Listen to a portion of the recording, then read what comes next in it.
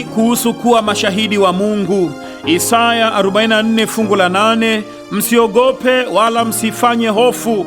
Je, sikukuhubiri haya zamani na kuyaonyesha? Na ninyi ni mashahidi wangu. Je, yuko Mungu zaidi yangu mimi? Hakika hapana mwamba, mimi sijui mwingine. Isaya 60 fungu la 1, ondoka uangaze, kwa kuwa nuru yako imekuja na utukufu wa Bwana umekuzukia. Wakorinto wa pili sura ya 5 fungu la 18, lakini vyote pia vyatokana na Mungu aliyetupatanisha sisi na nafsi yake kwa Kristo, naye alitupa huduma ya upatanisho. Yeremia 1 fungu la 7, lakini Bwana akaniambia, usiseme mimi ni mtoto, maana utakwenda kwa kila mtu nitakaye kutuma kwake, nawe utasema kila neno nitakalo kuamuru. Matendo sura ya 1 fungu la 8, lakini mtapokea nguvu akiisha kuajilia juu yenu